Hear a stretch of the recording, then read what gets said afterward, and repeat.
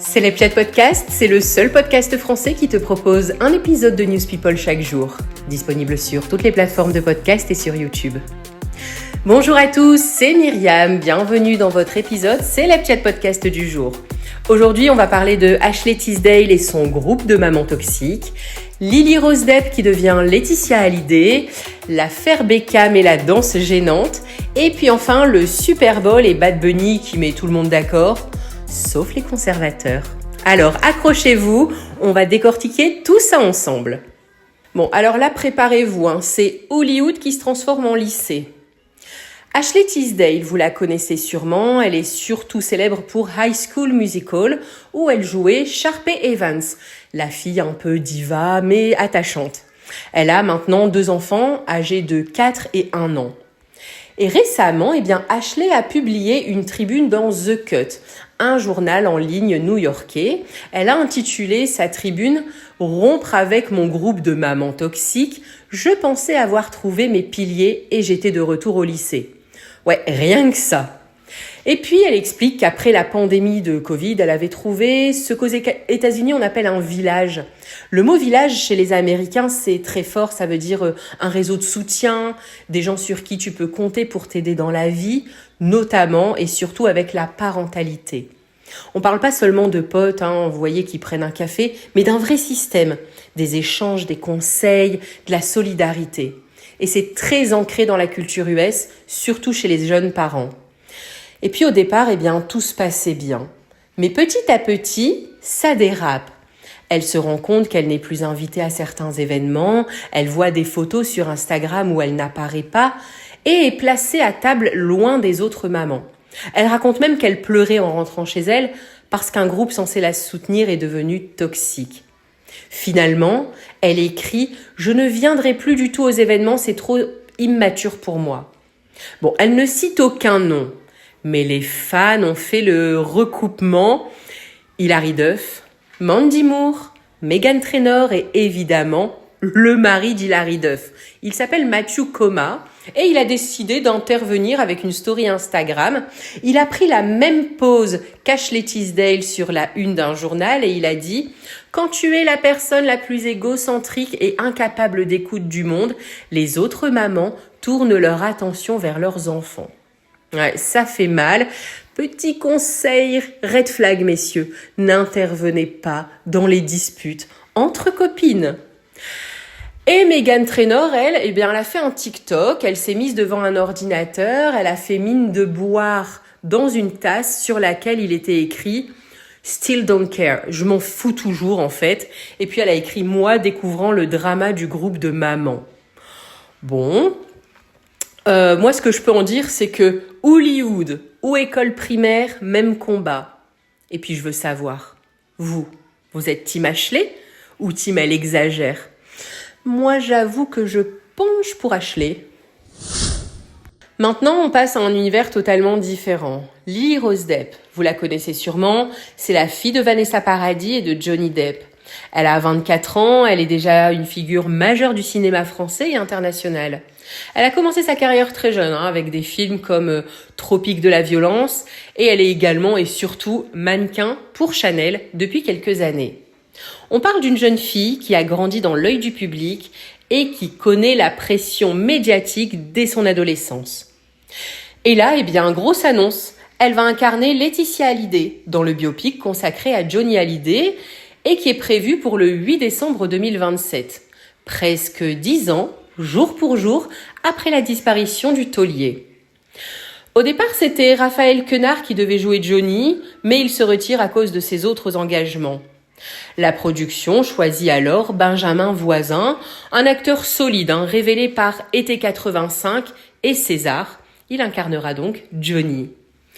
Le film va retracer plusieurs décennies, des années 60 aux années 90, avec un univers rock, esthétique vintage et un casting ouvert de 16 à 88 ans. C'est un projet ambitieux et la presse parle déjà d'un film événement. Moi, je me pose la question. Lily Rose va-t-elle réussir à incarner la voix, l'attitude, la fragilité et la force de Laetitia ? C'est délicat de jouer quelqu'un qui existe encore. Bon, Connaissant Lily Rose, son expérience sous les projecteurs et sa connaissance de la médiatisation, je suis vraiment curieuse. Alors là, accrochez-vous parce que ça part en drame familial à la sauce people. Tout commence avec le mariage de Brooklyn Beckham, le fils aîné de David et Victoria Beckham, avec Nicola Peltz, une actrice américaine et héritière. Ils se sont mariés en avril 2022. La cérémonie était très fastueuse, avec 500 invités, un vrai mariage de stars. Mais ce qui aurait dû être un moment romantique entre le jeune couple est devenu, apparemment, un épisode gênant et très médiatisé. Brooklyn raconte dans un message sur Instagram, publié mi-janvier, que sa première danse avec Nicolas a été complètement détournée par sa mère Victoria. Alors qu'il s'attendait à partager ce moment avec sa femme, Marc Anthony, ami de longue date de la famille et parrain de son frère Cruz, l'invite sur scène, mais Victoria s'invite aussi pour danser avec son fils. Et résultat, une danse latino inconfortable. Et Nicolas qui finit par quitter la pièce en larmes. Ambiance, Brooklyn raconte qu'il ne s'est jamais senti aussi mal à l'aise et humilié de sa vie. Bref, le moment romantique du mariage, la première danse, transformé en épisode gênant digne d'un soap-opéra. Marc Anthony, qui ne voulait vraiment pas se retrouver au milieu de ce drama, a quand même expliqué dans une interview « C'est extrêmement regrettable la tournure des événements, mais ce n'est pas la vérité.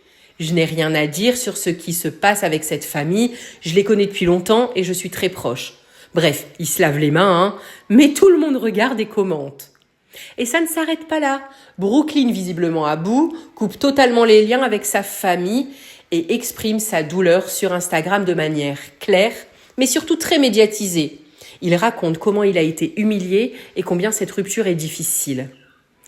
David et Victoria, eux, restent silencieux et continuent leur vie avec leurs autres enfants, Roméo, Cruz et Harper, comme si de rien n'était.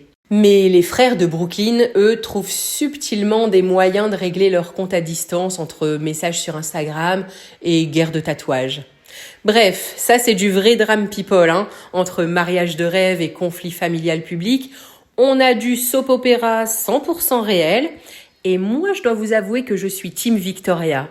Mais vous me direz tout ce que vous en pensez. N'hésitez pas, dans les commentaires, je vous réponds. Et enfin, pour clôturer cet épisode, on va parler du Super Bowl et de Bad Bunny.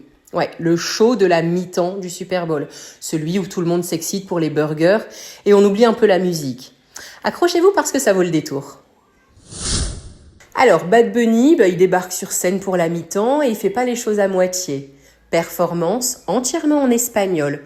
Pas juste un couplet ici ou là. Il célèbre à fond ses racines portoricaines et sa culture latino. Et puis, Lady Gaga et Ricky Martin le rejoignent. Le tout pendant 13 minutes de show. Et là, la réaction des conservateurs américains, comment vous dire, tous prêts à s'évanouir. À s'évanouir devant quoi ? Devant de la musique en espagnol, ouais. C'est ça leur drame apparemment. Le Super Bowl, le plus gros événement sportif et culturel des États-Unis, et certains ne peuvent pas gérer qu'un artiste latino chante dans sa propre langue.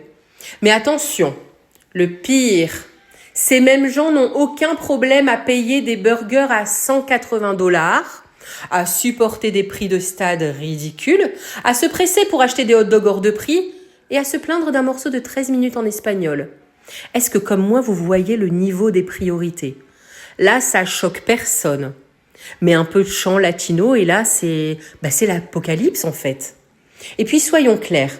Porto Rico, c'est aux États-Unis. Oui, c'est sur le territoire américain. Donc, si votre patriotisme est menacé par quelqu'un qui est citoyen américain, chante quelques minutes en espagnol, franchement, il est très très fragile votre patriotisme. On parle de quelques minutes de musique et certains sont prêts à déclarer la guerre. Et puis, il y a Laura Loomer, une figure ultra conservatrice qui appelle carrément l'ICE pour arrêter le spectacle. Ouais, elle a appelé ICE. Parce qu'un chanteur portoricain ose chanter en espagnol pendant que le reste du public profite du show. Logan Paul a tweeté juste un non, N-O-N. Matt Walsh parle d'hymne national en chinois au World Series. Megyn Kelly, elle veut juste tout en anglais, merci. Pendant ce temps, Bad Bunny termine par un cri de God bless America et fait défiler les drapeaux de toute l'Amérique latine. Et comme message, l'unité, l'inclusion et un rappel subtil que la haine est moins puissante que l'amour. Et pour remettre les choses dans le contexte, Billie Eilish a dit un truc qui résume bien la situation. Personne n'est illégal sur des terres volées. Pas de leçon ici, juste un constat. Beaucoup de ces gens passent complètement à côté de la réalité. Ces artistes participent à la société, travaillent, vivent. Leurs enfants y sont nés, mais pour certains, c'est juste trop demander un peu de tolérance. Alors voilà, Bad Bunny a fait ce qu'il fait de mieux. Il a mis le feu, il a chanté en espagnol et il a juste montré à tout le monde que parfois, la vraie question n'est pas la langue, mais les priorités et la tolérance ou leur absence. Et voilà pour les news du jour. Franchement, entre les dramas familiaux, les carrières qui explosent et les polémiques un peu fragiles, on a encore été servi. Dites-moi ce que vous en pensez. En tout cas, merci d'être là chaque jour.